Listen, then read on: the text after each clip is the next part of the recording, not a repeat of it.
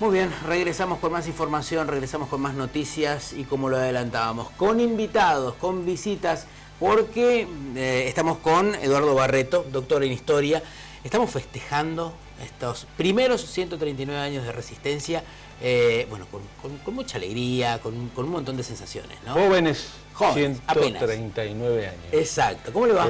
¿Cómo están ustedes? Bien, bien. Tratando de cubrir este proceso de información, ya que hace muchos años estamos indagando, buceando en el baúl de la historia y apelamos a la memoria colectiva para dar una visión tal vez que no sea la oficial, Claro. por cuanto tenemos una mirada un tanto crítica acerca de cómo se fue dando el proceso fundacional del Chacú. Exacto.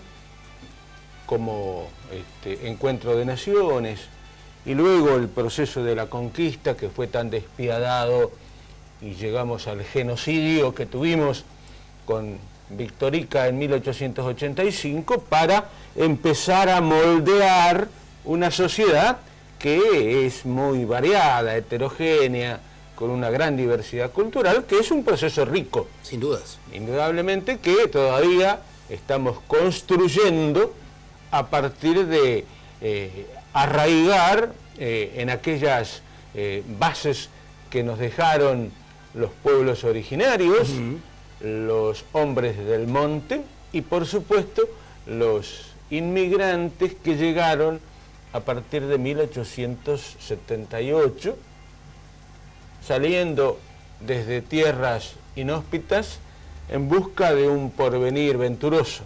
Exactamente. Muchos de ellos lo lograron, otros no tanto. Un 44% de los que llegaron a la Argentina se volvió, y eso es poco conocido, y valió la pena, digamos, el esfuerzo de estos gringos, por llamarlos de alguna manera, de una forma cariñosa, porque no solamente no pensaron que se iban a encontrar con tanta dureza climática, política, social, y bueno, salieron adelante con la ayuda de las mujeres que estuvieron ahí al lado de ellos, y bueno, construyeron con la incorporación de los criollos que llegaron de Santiago del Estero, del Paraguay y de Corrientes, y junto a los indígenas que ya habían sido derrotados, construyeron esta base fundacional que arranca ya prácticamente con la fundación de San Fernando del Río Negro en 1750, pero que fracasó debido a la tenacidad de la resistencia indígena. De hecho, el nombre de nuestra ciudad por eso también, ¿no? Claro, ahí está el kit de la cuestión. Yo en estos días estaba sacando un artículo en un diario de Resistencia acerca de el sentido del nombre de Resistencia. Porque el encargado de trazado de la colonia, Celtrán, allá por 1876, sostuvo que el coronel Ábalos, ahí en lo que hoy es el Parque Ábalos, con muy pocos hombres había resistido el embate del cacique Leoncito y del cacique Cambá. Y a partir de este hecho épico, que hay que rescatarlo sin duda, empieza a darle el nombre de Resistencia.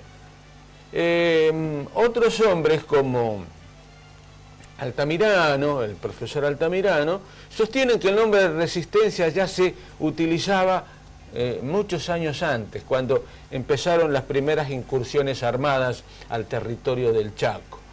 Geraldi sostiene que ya en 1876 se utilizaban en las cartas oficiales el nombre de Resistencia. Pero si esa resistencia heroica de un puñado de hombres contra un malón de alrededor de 2000 indios armados, fue una resistencia que hay que valorarla, ponerla en valor. Hay otras resistencias que, por lo menos es nuestra teoría, nuestra hipótesis, la resistencia de 350 años de resistencia indígena, la resistencia de los hombres del monte, los hacheros, los obrajeros, los que vivieron en condiciones semiesclavas, los curas, los frailes, que por poco fueron comidos por la resistencia de algunos indígenas acá en la parte del Paraguay. La resistencia de los mismos gringos que no querían que se les aplique la ley de residencia para mandarlos de vuelta a su tierra porque se los consideraba como sujetos peligrosos. La resistencia de los trabajadores, de los obreros, luchando contra las condiciones laborales tal vez las más inhumanas de la Argentina. Y lo hicieron durante 70 años del siglo pasado. La resistencia de los hombres y mujeres gringos, criollos y indígenas que juntos lucharon contra las inclemencias del tiempo, contra las sequías, contra las inundaciones y contra toda plaga. La resistencia de los gringos del sudoeste chaqueño que luchaban para elevar el precio del algodón, que se lo querían manejar las empresas extranjeras.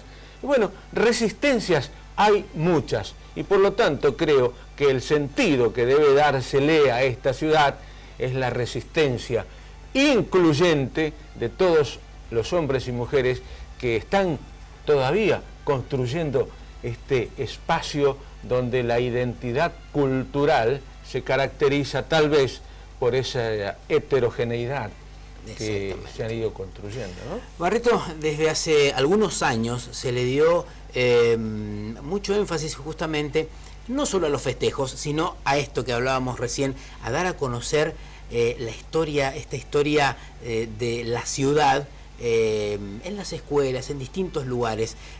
Tuvo un auge importante en estos últimos años, a eso es lo que quiero llegar, cosa que no pasó antes. Teníamos una historia, y lo decíamos al principio, muy oficial hasta hace algunos años atrás, y nos quedábamos con eso nada más. Pero vale la pena rescatar ese auge que tuvo en estos últimos años. Le doy una buena noticia que muy pocos saben. A partir de este año comienza a darse en primero y segundo año de los colegios secundarios la historia del Chaco, primero y segundo año. Bueno. Y de esta manera van a poder conocer los chicos quién fue el cacique Leoncito, quién fue el cacique Cambá, porque no lo saben. Y no lo saben porque no se lo enseñaron nunca. Exacto. Hubo una historia oculta, hubo una historia tergiversada, hubo una historia metamorfoseada por los dueños del poder.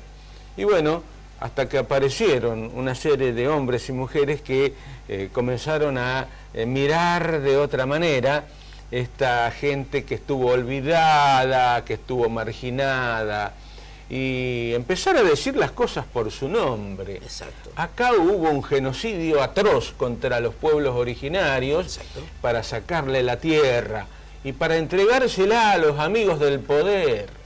El gobernador Goitía en 1905 le decía al ministro del Interior: señor, termínenla con el latifundio, porque acá en Chaco, Formosa y el norte de Santa Fe, 111 familias se quedaron con 5.966.000 hectáreas. Claro. Que no es un dato menor. No, sin duda. Entonces, estas cosas que no se dijeron nunca, como la matanza de Napalpí, como las batallas de Las Palmas o de la Forestal, empiezan a aparecer ahora y nos parece rescatable, nos parece valioso que empecemos a construir nuestra propia identidad cultural, ¿no? Que tantas veces fue marginada por estudiar la historia europea, la historia de los que triunfaron, de los Mitre, de los Roca, de los Avellaneda, de los Sarmiento, y no la historia de los pobres Pobreajú, que construyeron junto con ellos este Chaco que hoy todos tenemos y que estamos precisamente celebrando los 139 jóvenes años, ¿no? Muchísimas gracias por este espacio, este espacio de cultura, de historia, que pudimos compartir recién. Agradecemos su presencia en nuestro noticiero. Obviamente las puertas están abiertas. Por supuesto, muchas gracias. Y bueno, creo que todavía hay mucho por relatar. Si hay una historia de los que triunfaron, quiere decir que hay otra historia. De esa estamos recién empezando a escribir, a relatar y a mostrarle, como lo hicimos ahora, brevemente, algunas de las facetas de esta historia tan rica que tenemos los que habitamos el original Chacú y hoy el territorio y luego joven provincia del Chaco. Gracias. Muchas gracias. Vamos a seguir con más noticias con Lu Figueroa en nuestra parte del estudio.